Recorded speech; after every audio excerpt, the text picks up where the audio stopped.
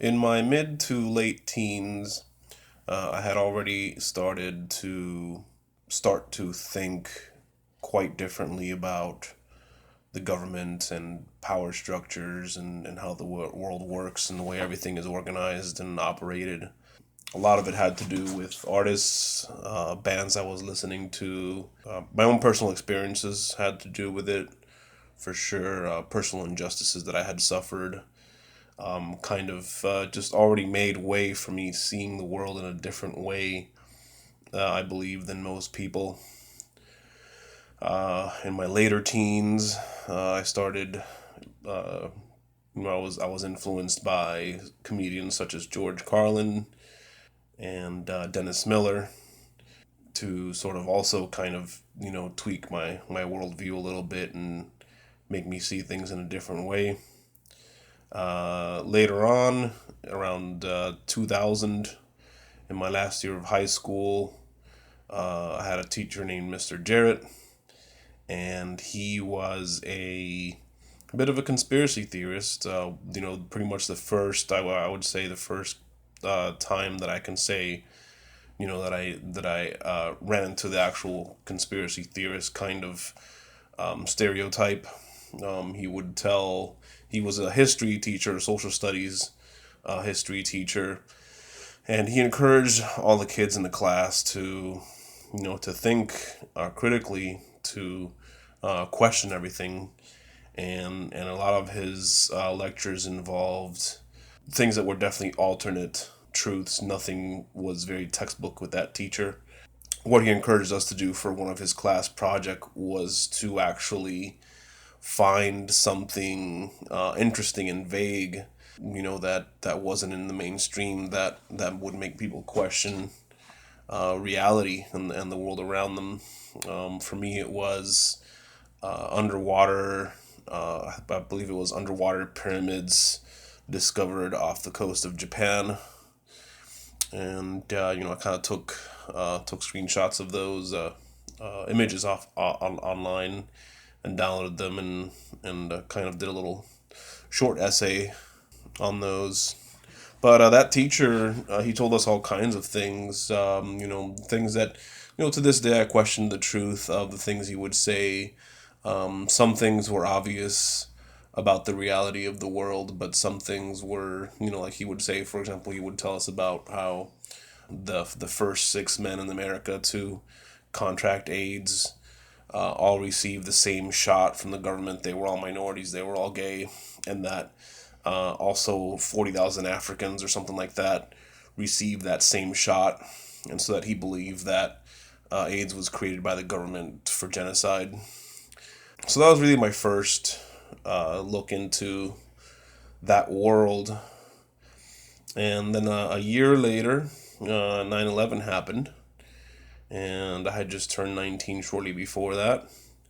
And I can guarantee that immediately when it happened, and as the official story started to form, I was right there with everybody else questioning the government story about, who did it and why. I didn't believe that it was terrorism right away. I didn't believe it.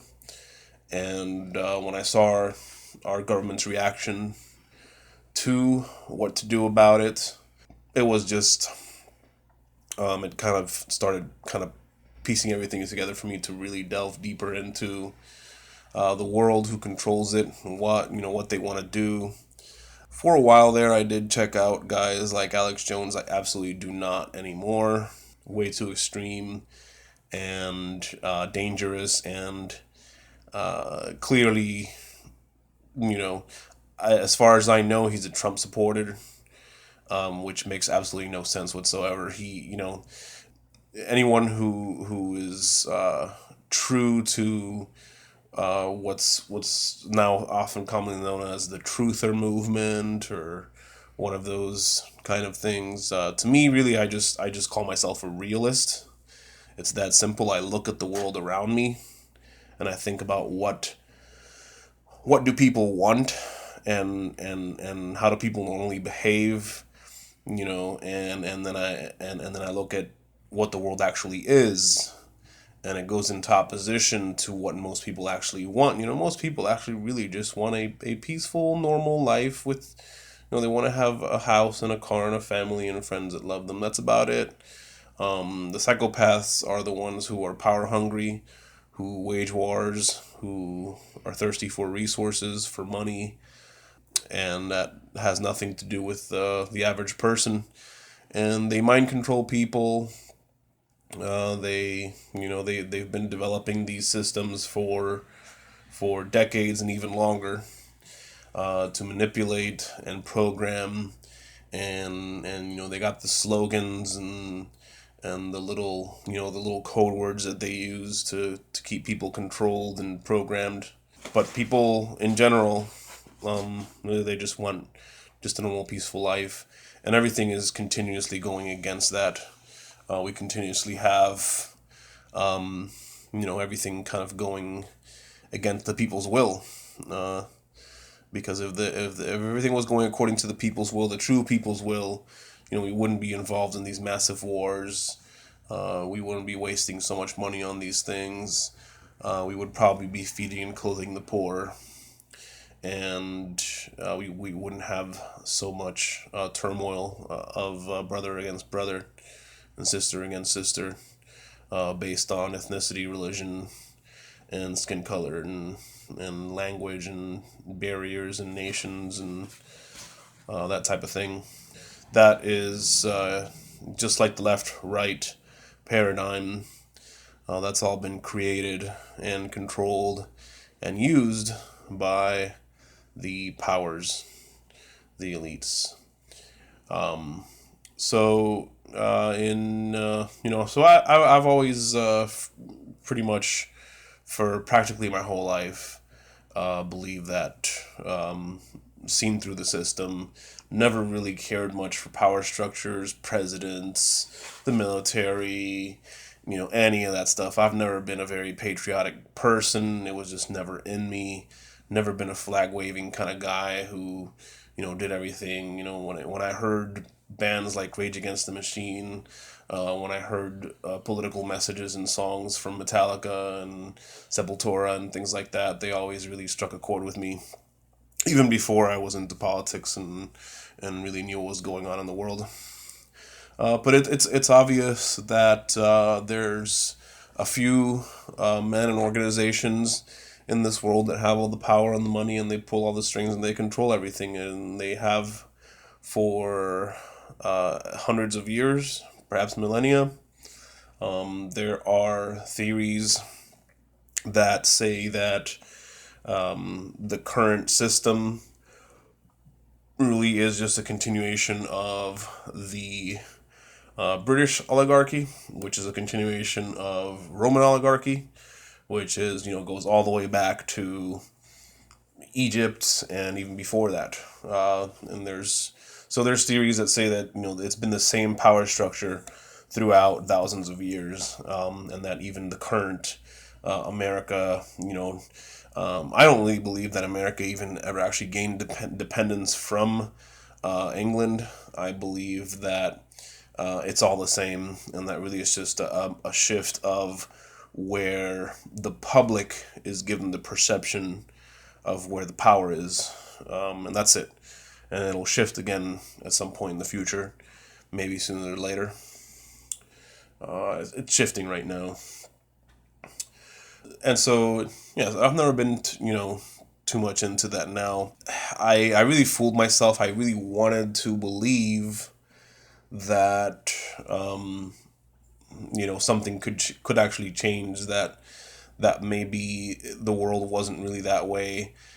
In 2008, Barack Obama inspired me to vote for the first time, and the only time that I've voted since, because of my disappointment. It was basically a bet. I was practically placing a bet. I said, okay, well, this is it.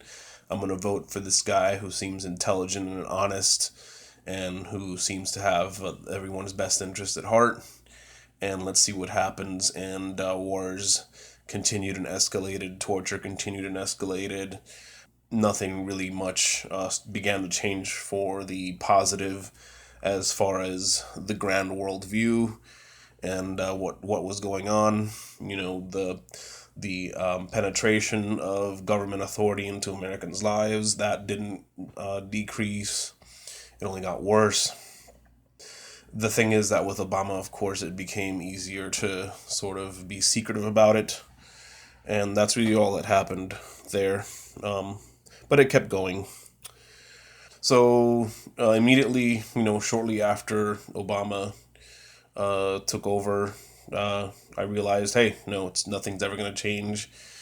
He's another puppet in control of the, being controlled by the puppet masters, and it's the same old, same old.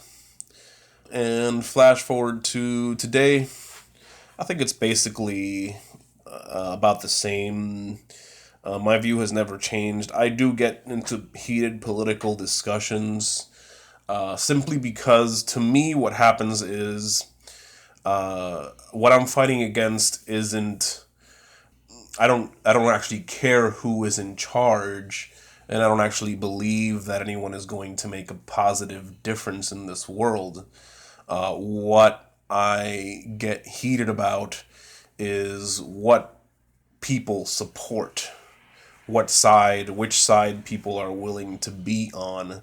So if someone is on the side of a selfish, arrogant, psychotic, lying, xenophobic bigot who gets on stage and calls all immigrants from Mexico, when you say something like, they're sending us rapists and murderers, and some, I guess, are good people.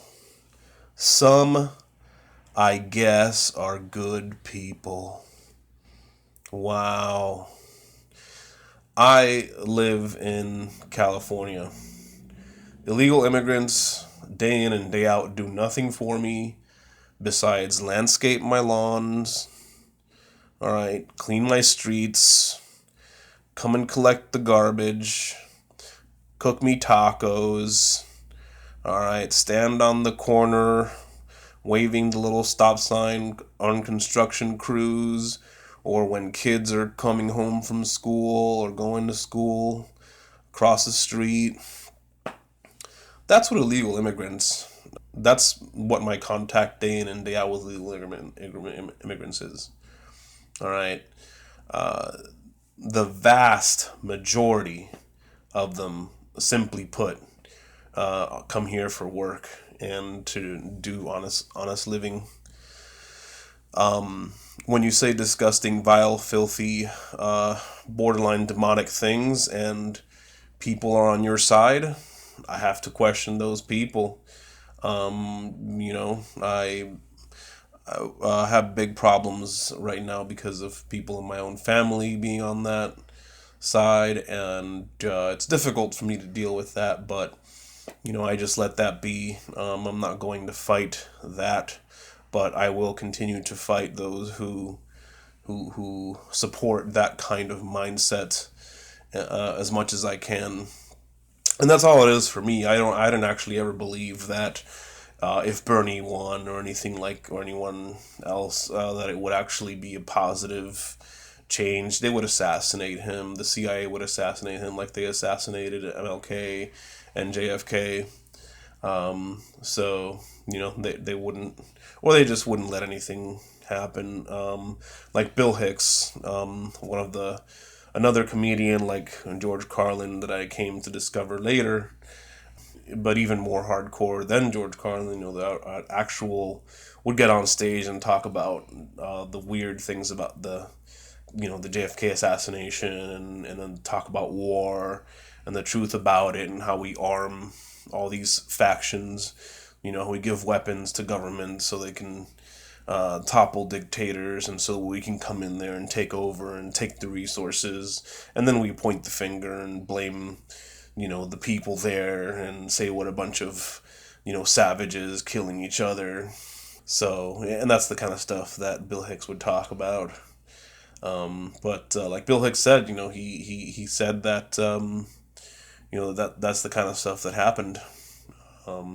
He said basically when the president comes in, they show them a tape of an angle of the JFK assassination you've never seen before, and they say, if you have any questions, and then the new president says, yeah, what's my agenda? And that's basically it. The new president just says, yeah, what's my agenda? Trump, I honestly hope that part of me, I don't care if he succeeds and actually does things. Like, I'm not one of these guys that's over here like, I don't want to see him do good because I'm going to be butthurt about, having been on the wrong side or anything like that. But considering that he's already stripping away protections for the environment, the water that we drink and the air that we breathe, if you don't care about that, then, there's not much to be said there. He's already stripping away regulations that prevent us from being like the wasteland that China is, where people can't breathe the air. So that's what's coming to America, in my opinion, under Trump, is just toxins, getting put back in our water and our air at an increasing rate again. So, people support that in the name of making money and having jobs. Go get a job working solar energy. Go get a job working wind energy. You know, um, if you're a coal miner, you can probably get a job. Roofing solar, or doing something like that. It's just like the prison system, the police and the guards. They really don't want the drugs legalized or decriminalized, because if you let millions of people out of jail, then what jobs are they going to do? But you know what your job could be? You could be working in a rehab facility. Yeah, all those people who have those garbage jobs, dehumanizing people and treating people like crap because they're sick and have a drug addiction, and put them in a jail cell because they have a drug addiction, not because they're even a dealer, but because they possess a plant. They put you in a cage. They treat you like you're a criminal when you have the disease of addiction. So when you have a disgusting job like that, you could, that when you decriminalize, and you could turn dozens of prisons into rehab centers, and instead of imprisoning people, treating people. So you can keep your jobs. You can go and get people who are in need of treatment.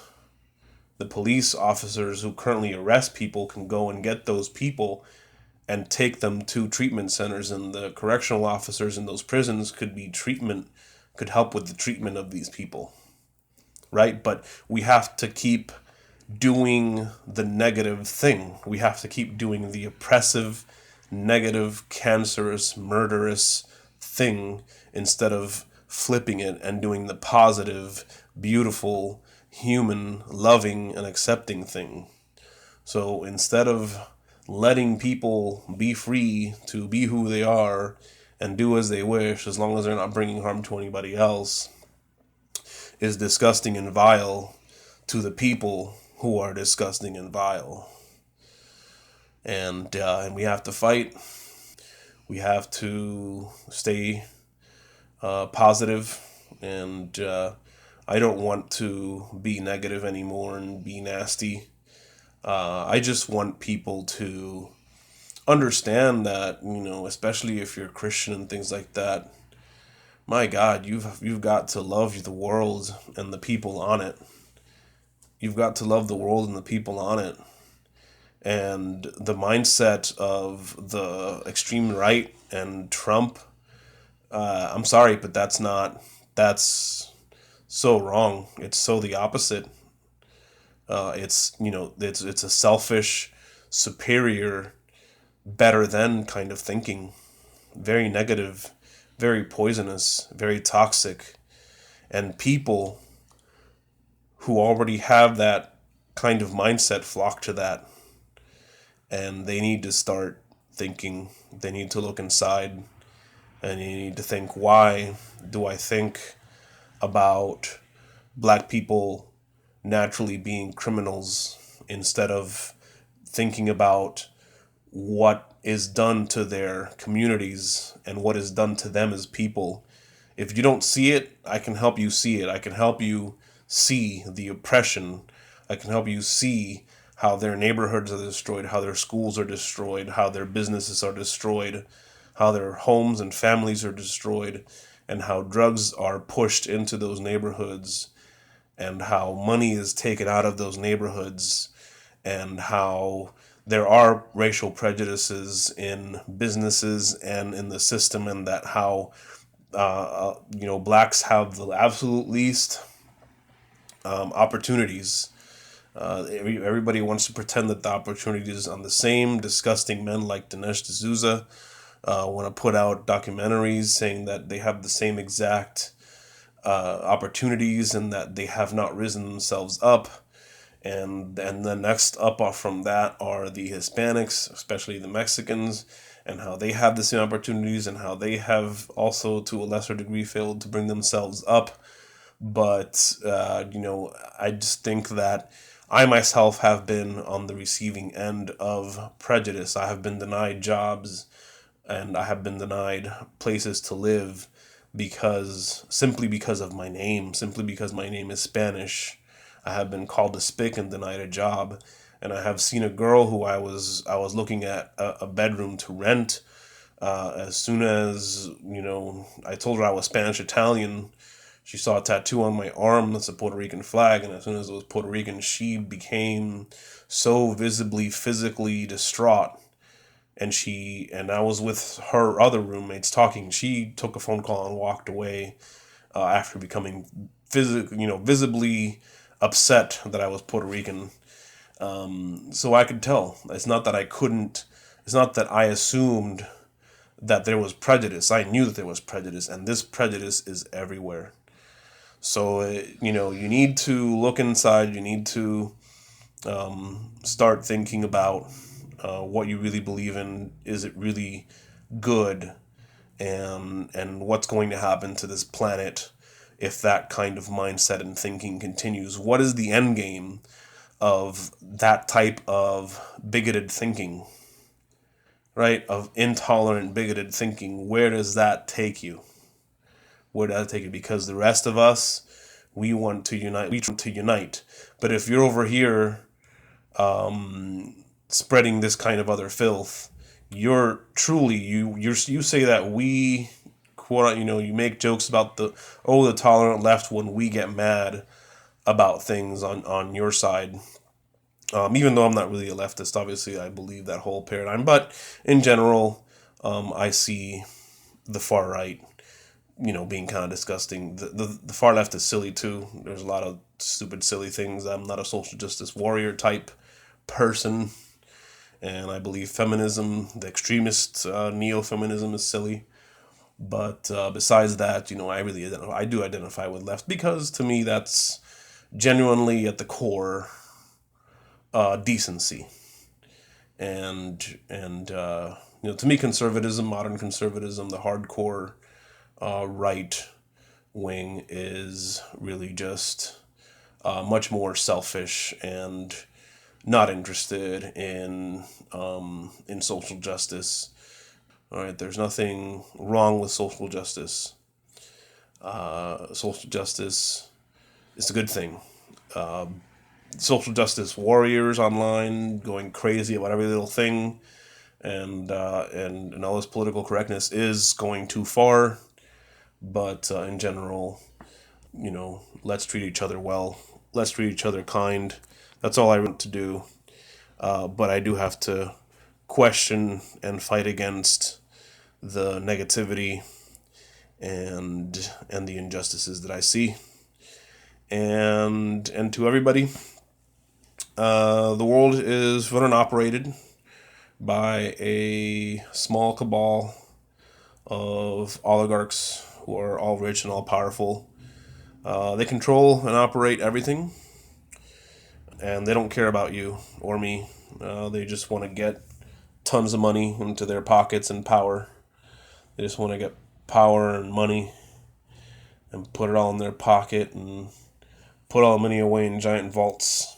And you shouldn't ever believe that guys like Trump aren't in a club that are just going to help these guys out, and that they have anything in our best interest, because they absolutely do not. And that's really all I really wanted to say about that. And you'll have a great day or night, wherever you are. And I hope that you begin to think deep about who you are, where you are, and what you're doing, what you believe, and the way that you think about things and the way you see things.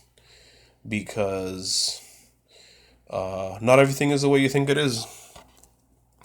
And if you just look around, it's very obvious. The truth is very obvious if you're willing to admit it to yourself.